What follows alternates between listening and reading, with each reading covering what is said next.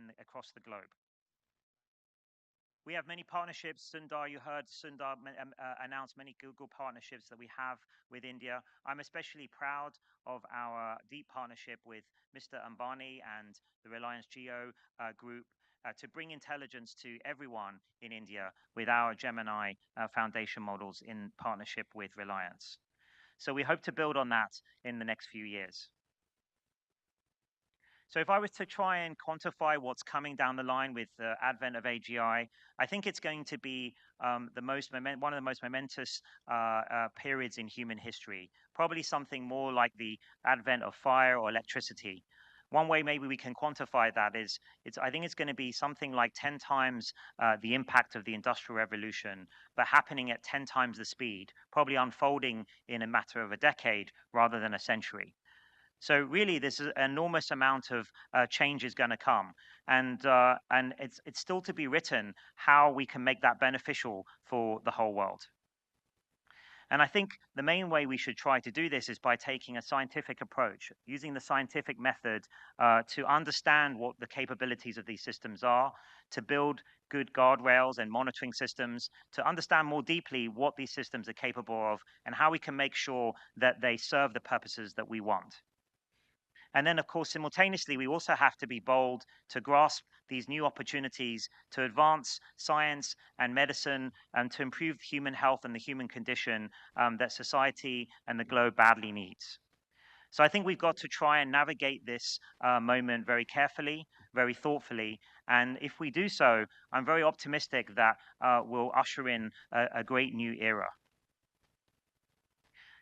But of course, this can't just be left to technologists, and that's why summits like this are really important to bring together all parts of society: the technologists that are building it, the scientists that are building it, governments and how to deploy it for the best use of their citizens, but also artists, social scientists, and philosophers. We need to bring all of these debates into the tent to understand how we should navigate this next period in human history.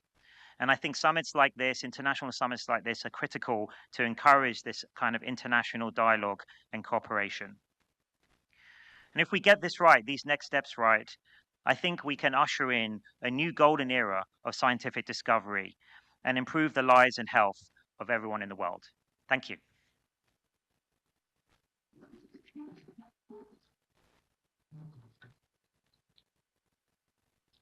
Thank you so much, Sir Hassabis, for your very profound and illuminating address. We really thank you. Sincere gratitude to your address. Ladies and gentlemen, and now I would like to invite Mr. Vishal Sikka. He's the founder and CEO of VNI. As CEO of Infosys, Vishal Sikka has led one of the most ambitious transformations in Indian IT history before leaving to build VNI, a company focused on human centered artificial intelligence. He is a computer scientist by training, a philosopher by temperament. He is one of the most original thinkers of the intersection of AI and enterprise. Please welcome the founder and CEO of VNI, Mr. Vishal Sikka. Thank you so much. Thank you so much for that. Wow, wonderful introduction, and what an amazing event. I want to share 3 points from a long time that I have spent in AI. My first point is that what we see today in the world of AI, people who know what they are doing with AI are astonishingly effective with AI. Recently, a friend of mine, he and I were students together at Stanford. He has a large service that he runs, open public service. That service was built by 15 people, very world-class engineers, over 9 months.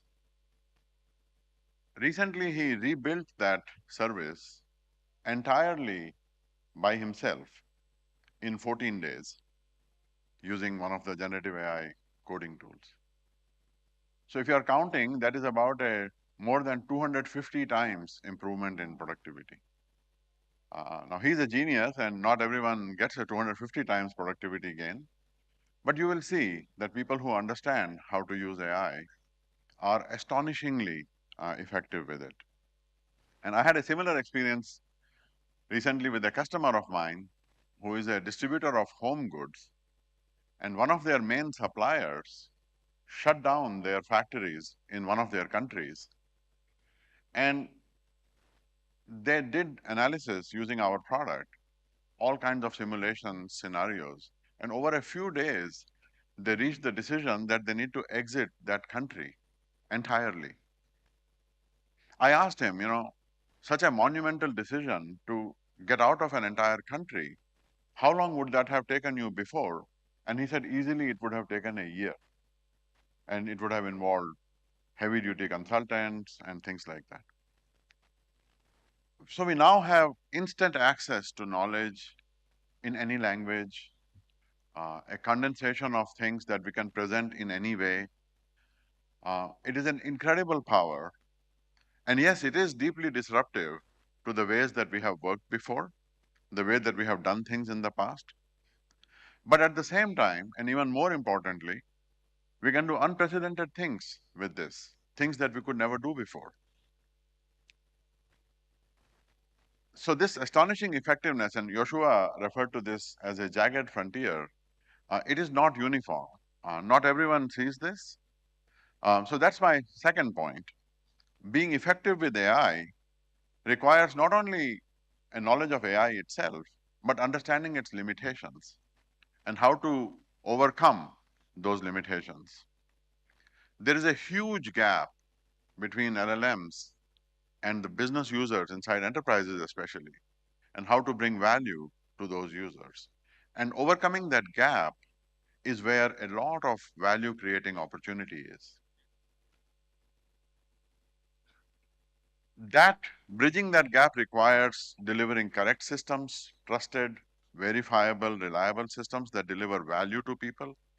My own company works in this area, a layer that sits above the language models and delivers value to business users while ensuring correctness and things like that. When we overcome that gap, we can deliver massive value. Mukesh Bhai talked about it just now. We can transform every existing system, legacy systems, enormous complexities inside enterprises can be removed, industries can be transformed. We can give end users wings, we can amplify them to deliver things that were not possible to do before, that, or in the best case, it required professionals to do this. Doing that also requires not just overcoming the limitations of AI, but also imagination to see what is not there, to see what is possible. India has all of this in great abundance. The Honorable Prime Minister has called for 1 billion entrepreneurs, people who can overcome these and deliver value using AI. And I think this is exactly what the world needs and what India has the potential for. My third point is that we not only have to master today's AI, but we have to leapfrog it. AI today has enormous limitations. I have worked in AI for the last 38 years. You know, one of our scriptures is Bhaj Govindam. It was written by the Shankaracharya, and it has a beautiful line. Samprapte sannihite kale, nahi nahi rakshati dukrin karane. What it means is that when you are faced with a life or death situation, the knowledge of a book does not help you. Knowledge without wisdom does not save us. That wisdom comes from living, from doing, from being in the world. AI today has plenty of limitations. Joshua mentioned hallucinations. That's one of the main issues blocking the use of AI in enterprises. But beyond hallucinations, understanding the world, understanding physical activities, um, the physical movement, this is one of the next frontiers. Safety, safety of AI, and the Honorable Prime Minister talked about this today, is an existential issue. Swarms of agents can be made to do completely reckless things, and we don't yet have ways to understand or deal with this. and Joshua and Demis also talked about this. We have to solve this issue. We have to deliver AI that is safe. We have done this with nuclear power for the last 80 plus years. We can and we must do this with AI. Energy is another one of these issues. Where I live in California on Highway 101, just north of San Tomas, I drive by there every time I go to see my dad. There is a massive data center that is coming up. It's 720 megawatts. And this idea that I write a prompt and these gazillion GPUs blast into existence to produce a response, and then I make a tiny change to that prompt and then I do that again, it just seems like a completely absurd idea, especially to someone who has been around AI for such a long time. I have, thanks to the Ministry of IT, Honorable Ashwini Vaishnavji, I have a colleague who has been accompanying me throughout this conference, and he told me that yesterday he walked 32,000 steps. And I asked him, "What did you eat?" And he said, "I ate 2 burgers." Shubham, if you're here, 2 burgers. You know, we normally eat 2,000 calories in a day. That's about a 100-watt light bulb, like less than one of these light bulbs. And out of that, our brain, our nervous system is maybe 15, 20 watts. That's like when your laptop is in sleep mode, it takes more power than that. So there are many zeros still to be removed from these models, and the models themselves have to be removed. So I think that there is a tremendous opportunity here. India is a country of the human potential. We have plenty of times before delivered the ability to billion plus Indians. Mukesh bhai talked about Jio, and Sunil talked about Airtel, and how now we have billion plus Indians who have data and connectivity. And when I was young, one of my earliest childhood memories is of worry in my parents' faces around food. They used to tell stories of how there was a shortage of food. And then the Green Revolution happened, and India is now one of the largest exporters of food in one generation. So I think that when you look at the time of intelligence, it is not only an opportunity to learn about this technology, to learn to master this technology, to understand its limitations, but to leapfrog that and to build the next generation of it. And as this summit so vividly demonstrates, we can be on our way to a human revolution powered by AI, by good AI, by purposeful AI, where every one of us, a billion entrepreneurs, is not just making a living, but is making a life. Not some artificial life or some artificial general life, but our own life and the life of others. And that would be so much fun to do. Thank you so much.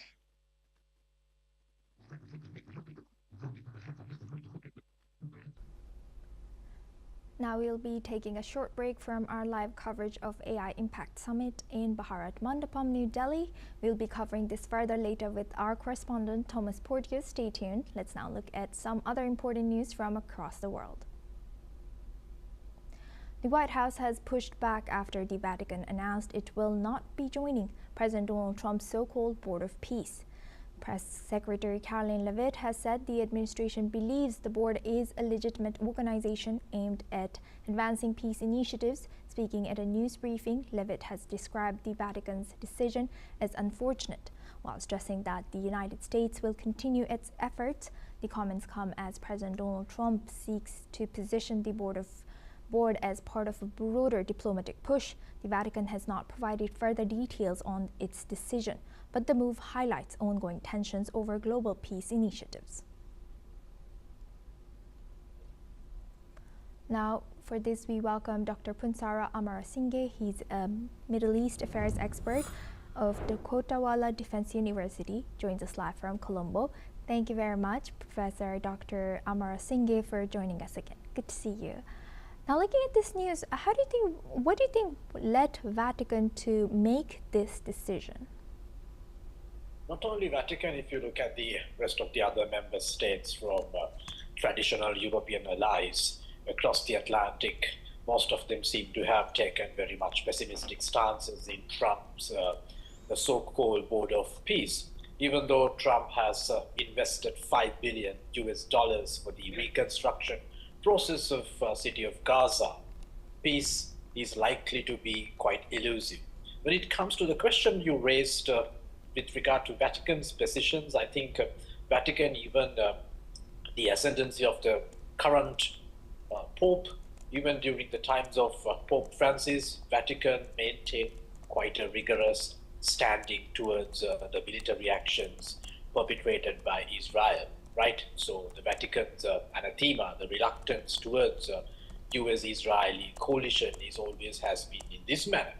But if you look at the other aspects, right? If you look at the overall structure of US mandated the Board of Peace in Gaza, which contains quite problematic junctures in terms of its infrastructure facilities, also in terms of its objectives, and also the US negotiators have not been able to find out a solution to address the biggest issue lying in Gaza, which is the disarmament of Hamas.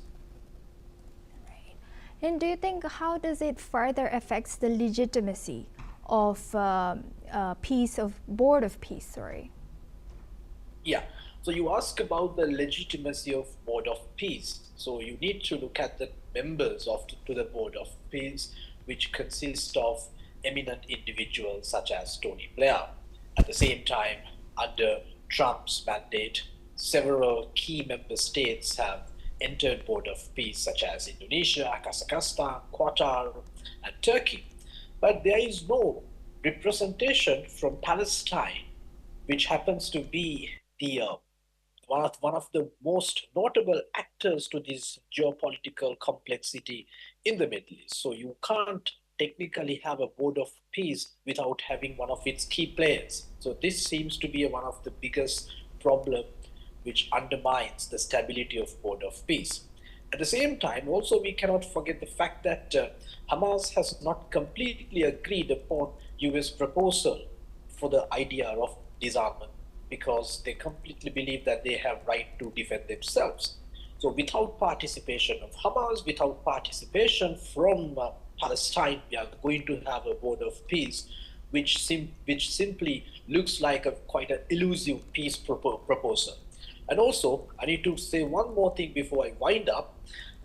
This proposal, this Board of Peace, symbolizes one of the most disastrous situation in the post-Second World War order.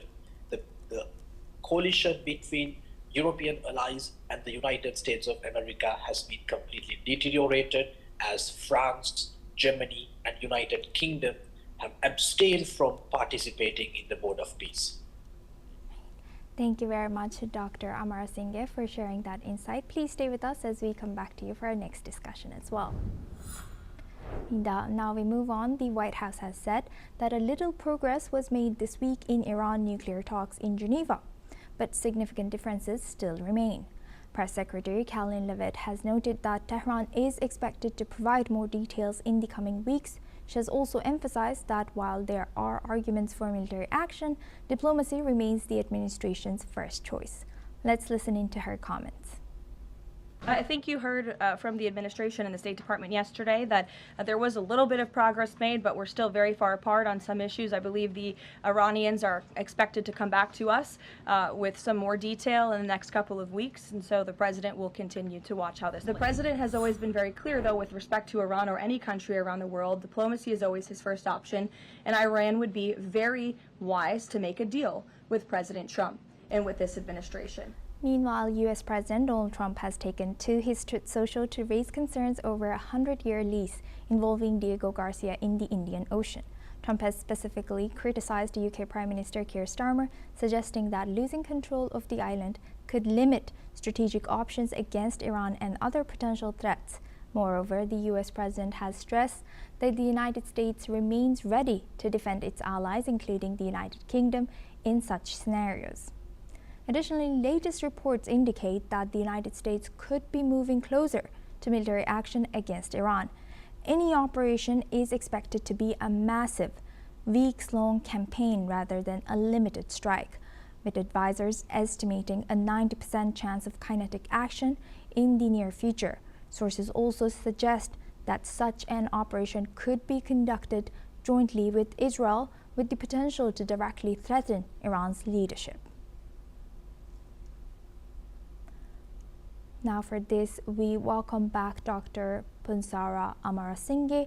He joins us live from Colombo. Thank you very much, Dr. Amarasinghe, for staying with us. Now, looking at this situation as the tensions intensify, how do you analyze the Armada building and the strong language used by Iranian leaders for the situation versus the spokesperson's, Caroline Levitt's statements on the diplomacy itself right now?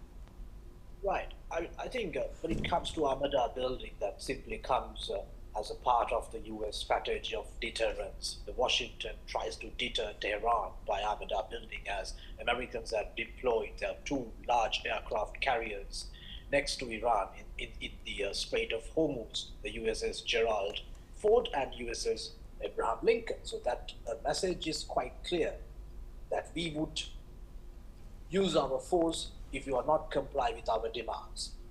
But having said that, when you look at the larger picture of the standoff between Washington and Tehran, what comes to the fore is the fact that there are two things that we need to clarify. Firstly, Iran is yet to come up with a comprehensive peace proposal.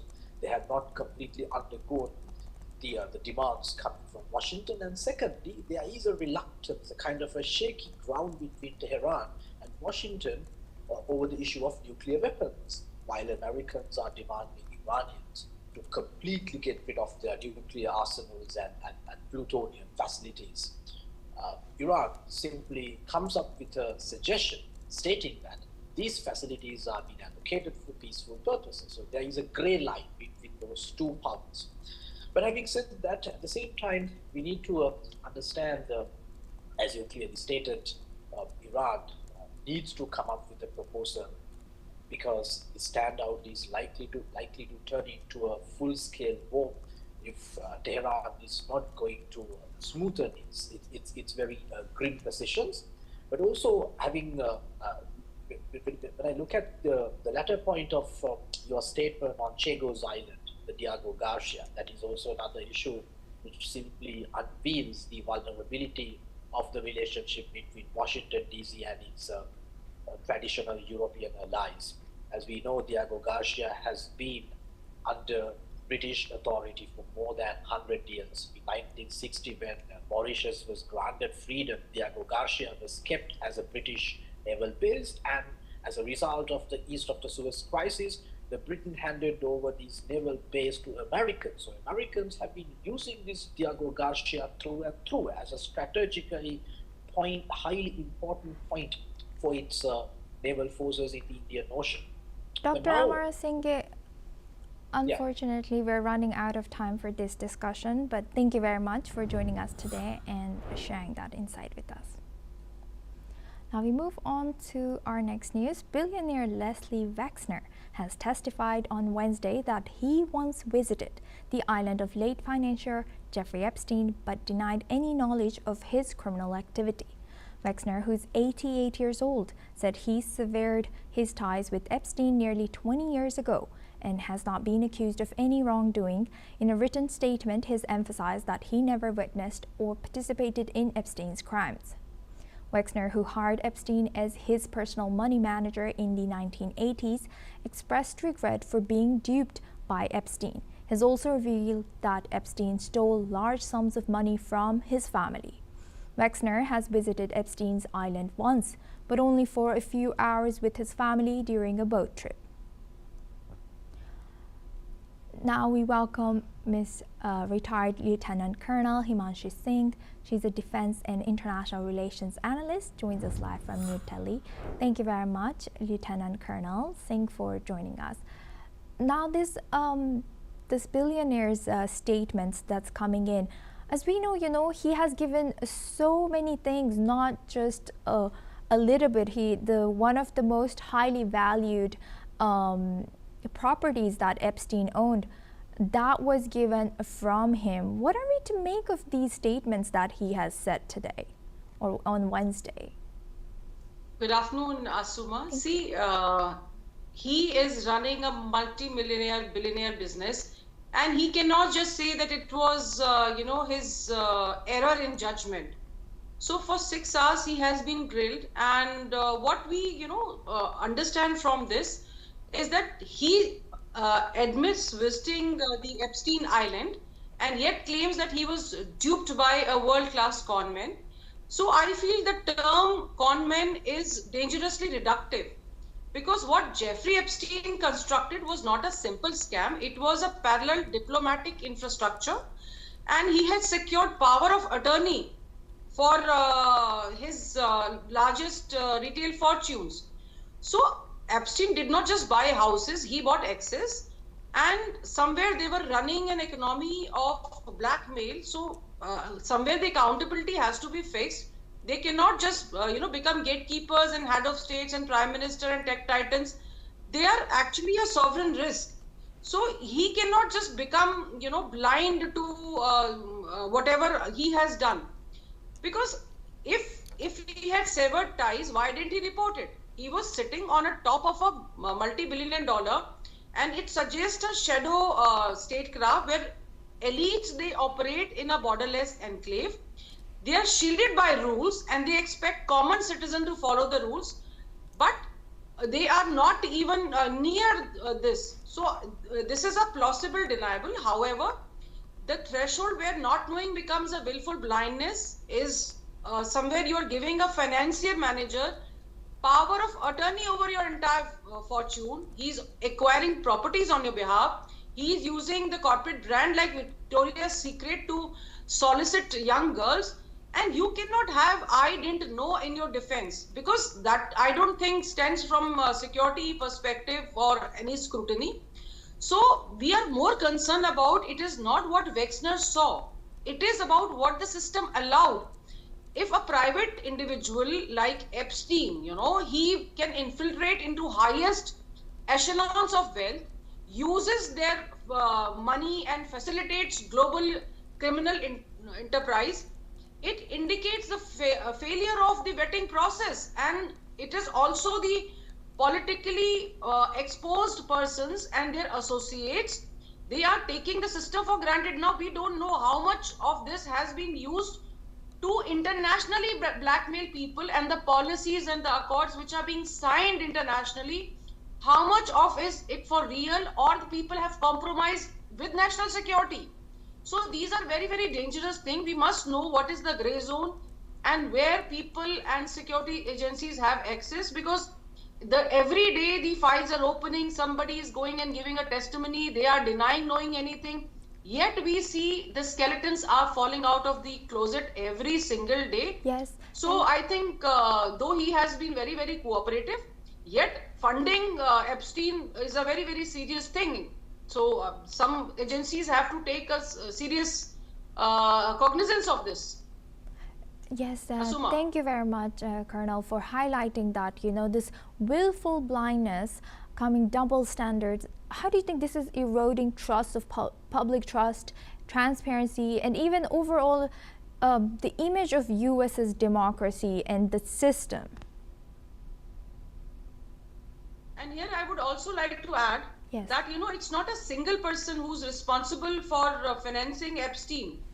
It is, the systematic complicity of people, where people have come together to help Epstein in his overtures, and they have provided him security once earlier when he was convicted, yet nothing was done. So somewhere, a passive investor like him has somewhere financed Jeffrey Epstein, because he never reported these activities. even if he says he was duped financially, he has never ever reported these crime of Jeffrey Epstein's. Yes, indeed. Thank you very much, Colonel, for joining us and sharing that insight throughout. Thank you very much. Now we move on to our next news. Microsoft has strongly denied allegations that its technology is being used for mass surveillance by U.S. Immigration and Customs Enforcement. The company stated that while it provides cloud-based tools to ICE, it does not provide surveillance activities. This follows reports revealing that ICE had significantly increased its use of Microsoft Azure cloud platform, storing more data as its operations expanded. However, Microsoft has emphasized that its policies prohibit such use and called for clear legal guidelines regarding law enforcement's use of emerging technologies. Meanwhile, ICE has declined to comment on the specifics of its investigative practices. Now we move the focus on to South Korea. South Korean court has said ex-President Yoon Suk-yeol has been found guilty of insurrection and abuse in a martial law case. The court says that ex-President Yoon committed acts to subvert constitutional order.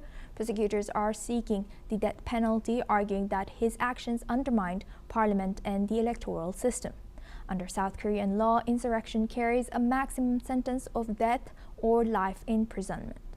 Yoon has denied all charges. The 65-year-old former prosecutor says he acted within presidential authority and claims he was trying to warn the nation about opposition obstruction.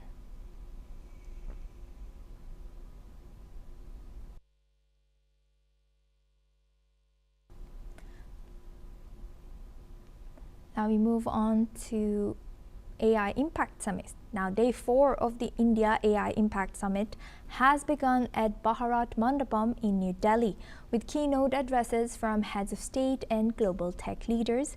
Indian Prime Minister Narendra Modi has presented India's Manav vision for artificial intelligence. The Indian Prime Minister has particularly focused on ethical guidance, accountable governance, national data sovereignty, accessibility, and lawful, verifiable use. Prime Minister Modi has also highlighted the importance of child safety in AI applications, calling for global standards to combat deep fakes and fabricated content. Meanwhile, French President Emmanuel Macron has framed the summit as a continuation of last year's Paris discussions, describing AI as a transformative force for labor markets. Macron has also stressed that access to AI should be universal, highlighting the shared vision between France and India for sovereign and responsible AI. Additionally, United Nations Secretary General Antonio Guterres has urged for the establishment of a $3 billion AI fund to ensure equitable access to artificial intelligence worldwide.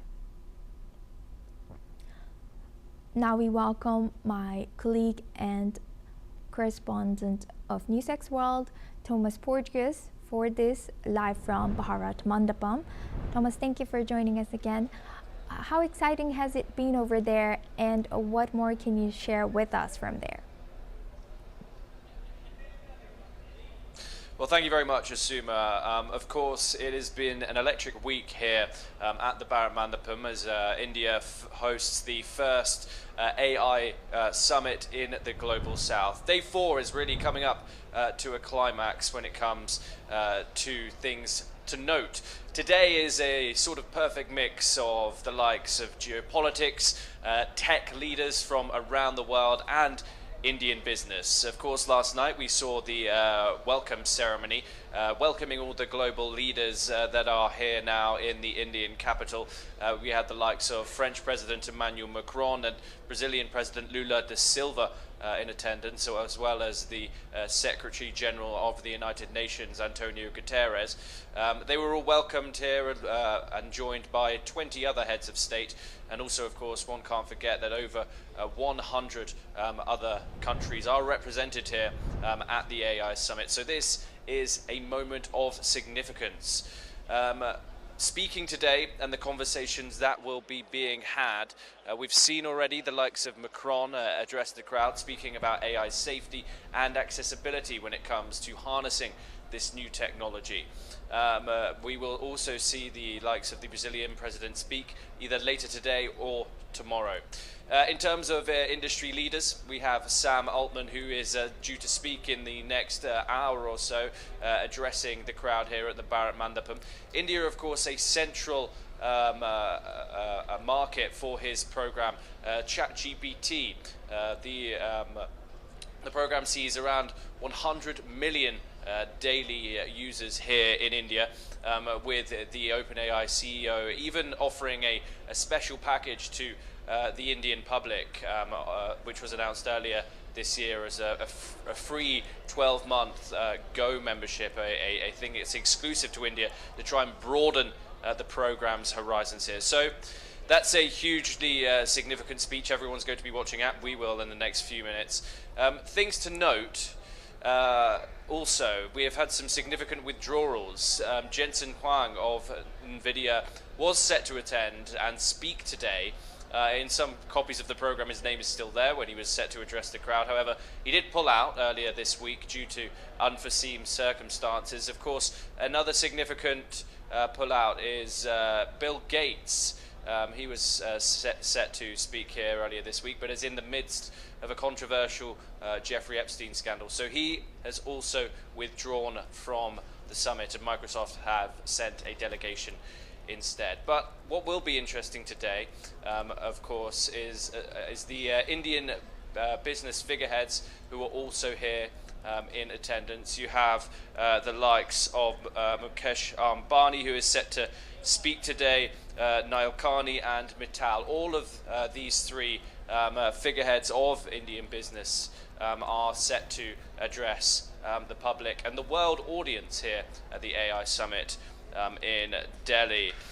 What will be interesting to see if that they have that and get some commitments around the investment towards regulations and safety. This has been called for by the likes of Macron, by the likes of Indian Prime Minister Narendra Modi, among many other leaders of state. But we'll see if this new era of AI as geopolitics continues, and some countries are reluctant to do that and want to go forth in this AI revolution on their own.